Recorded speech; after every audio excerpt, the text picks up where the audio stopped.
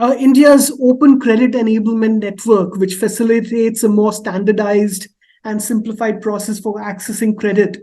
What sort of changes do you expect through Open? It's still in very early stages of its development. Firstly, we have to remember that it's a set of standards, not a process or not a guideline, or so to speak, or not, it's basically not they're not rules which somebody has to follow. It's a set of standards which you may choose and you may choose not to follow, right? That is one. Secondly, see, the intention is great. I feel that if everyone follows OKen, which I feel will take a long period of time, because the amount of work which you need, all fintechs, all NBFCs, and especially our banks, which are the most lethargic in nature, right, and bureaucratic in nature, to devise their APIs according to OKen. I think that is the biggest challenge which I feel. However, if let's say tomorrow in a dream scenario, everyone follows those guidelines, then I feel it will make the flow of information, uh, credit information, and all kinds of uh, data points extremely smooth and fluid.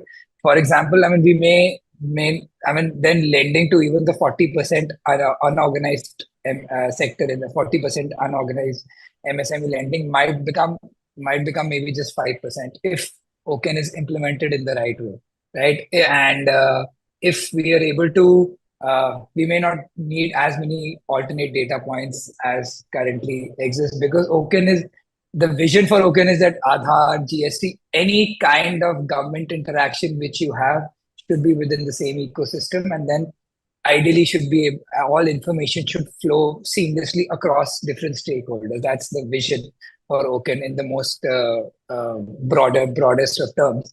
So if we're able to design our APIs right now, the other thing is that everyone considers integration and tech know-how and API integration as a competitive advantage as well. That I am integrated with these people. Like, I'll give an example which Ryan also mentioned. Like, Khatabook actually does lending to its merchants. We do it with them. So we lend to Khatabook's merchants because so yeah.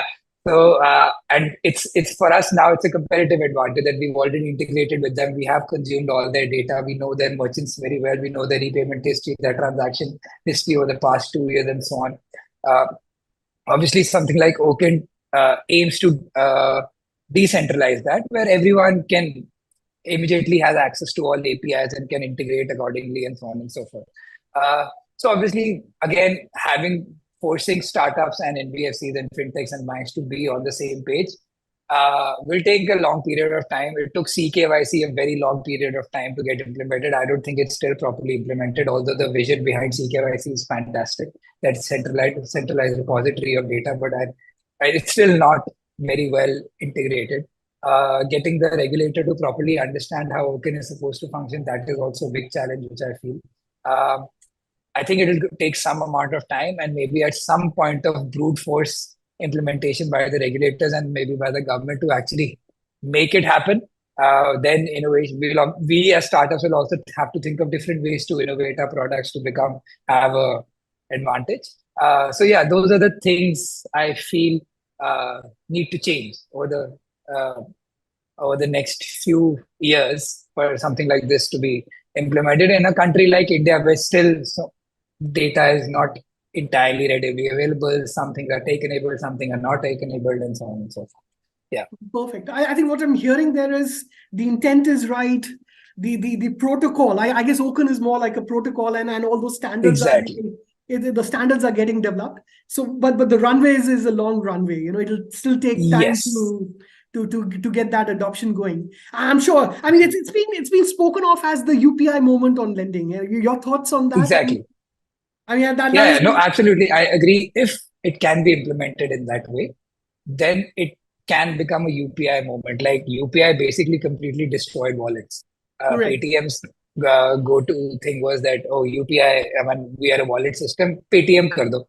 अभी भी लोग बोलते हैं Paytm कर दो, but they're using Using, UPI. yeah. Yeah, so it has become a verb more than anything else, and the company in itself is not profitable, regardless of people saying Paytm currency, right? So what so I absolutely agree that if and when Open can get implemented with the